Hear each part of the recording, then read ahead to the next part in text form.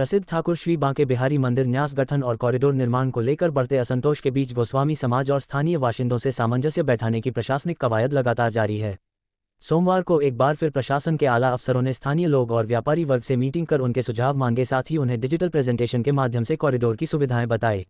श्री बांके बिहारी मंदिर न्यास गठन और कॉरिडोर निर्माण को लेकर प्रशासन और गोस्वामी समाज के बीच सामंजस्य स्थापित करने संबंधी कई दौर की मीटिंग के बाद सोमवार को एक बार प्रशासन के आला अधिकारी टूरिस्ट फैसिलिटी सेंटर पर बैठक करने पहुंचे। मंडलायुक्त शैलेंद्र कुमार सिंह, डीआईजी शैलेश कुमार पांड्या, डीएम चंद्र प्रकाश सिंह, कप्तान श्लोक कुमार, नगरायुक्त जगप्रवेश सिंह, एमवीडीए के उपाध्यक्ष एसबी सिंह ने अपनी बात रखने के बाद पहले व्यापारी वर्ग से उनकी रायशुमारी जानी। व्यापारी वर्ग द्वारा इस प्रोजेक्ट को वृंदावन हित में नहीं मानते हुए अपने सुझाव दिए। इसी क्रम में अधिकारी वर्ग का कहना है कि इससे ब्रज के विकास की नई राह तैयार होगी। लोगों का अहित करना शासन का उद्देश्य नहीं है। बिना आपसी सामंजस्य स्थापित करे कोई काम नहीं होगा। माननीय सुप्रीम कोर्ट से कॉरिडोर के बारे में ग्रीन सिग्नल मिला हुआ है और उसके तहत अब यहाँ पर कॉरिडोर बनाए जाने का उपक्रम चल रहा है। उसमें जितने स्टेक होल्डर्स हैं उनसे लगातार पिछले एक हफ्ते से हम लोग लगातार उनसे बातचीत कर रहे हैं ताकि जो उनकी बातें हैं सामने तक आ जाए। और मैं इस बात के लिए आज जो भी प्रतिभागी थे सभी को बहुत बधाई दूंगा कि बहुत ही सकारात्मक माहौल में बातचीत हुई। आप सभी लोग जानते हैं कि ठाकुर बांके बिहारी जी के मंदिर में दर्शन करने में जो आज क्राउड आ रही है उसको देखते हुए हमारी व्यवस्थाएं कम है, तो उसके लिए कॉरिडोर का कॉन्सेप्ट आया है। वहाँ की व्यवस्था बेहतर हो, प्रबंधन बेहतर हो, उसको लेकर के आज चर्चा पर चर्चा हुई है।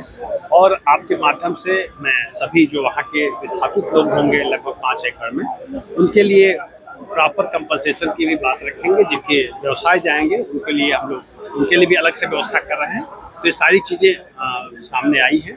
और आपको बता दूं कि केवल वृंदावन में लगभग 24 प्रोजेक्ट पर 2,500 करोड़ रुपए खर्च करने का सरकार ने प्लान बनाया है, जिसमें एक कॉरिडोर भी सम्मिलित है। तो एक चौमुखी विकास होगा और निश्चित रूप से उससे जो आज की डेट में तमाम लोग हैं उनके बच्चे हॉस्पिटल उनके यहाँ इमरजेंसी में हॉस्पिटल जाना मुश्किल होता है, बच्चों को स्कूल जाने में दिक्कत होती है, व्यवसाय चलाने में दिक्कत होती है।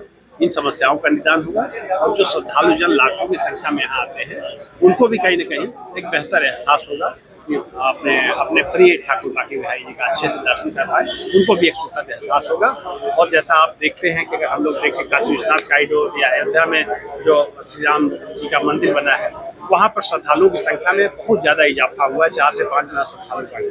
तो निश्चित रूप से व्यवस्थाएं बेहतर होंगी तो श्रद्धालुओं की संख्या भी बढ़ेगी, जिससे लोगों की पर कैपिटा इनकम बढ़ेगी, क्योंकि यहाँ की सबसे बड़ी इनकम का साधन हमारे पर्यटक होते हैं, हमारे श्रद्धालु जन होते हैं। तो निश्चित रूप से जब ज़्यादा श्रद्धालु आएंगे तो लोगों की इनकम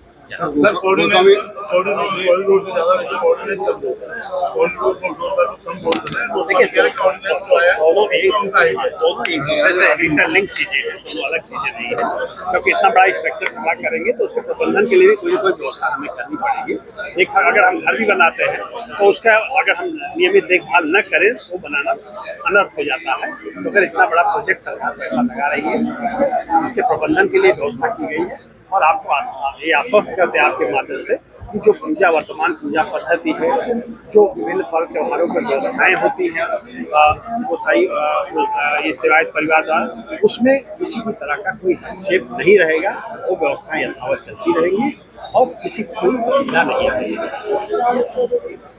देखिए, मैं यही कहूँगा, कॉरिडोर तो खैर जो सरकार का प्रावधान है वो तो खैर बनना ही है, लेकिन हम ये चाहेंगे जो भी यहाँ का स्थानीय जो व्यापारी है जिसका मकान बना हुआ उसको उस हिसाब से एक व्यवस्था ऐसी करी जाए जिसको कि कोई को परेशानी ना हो।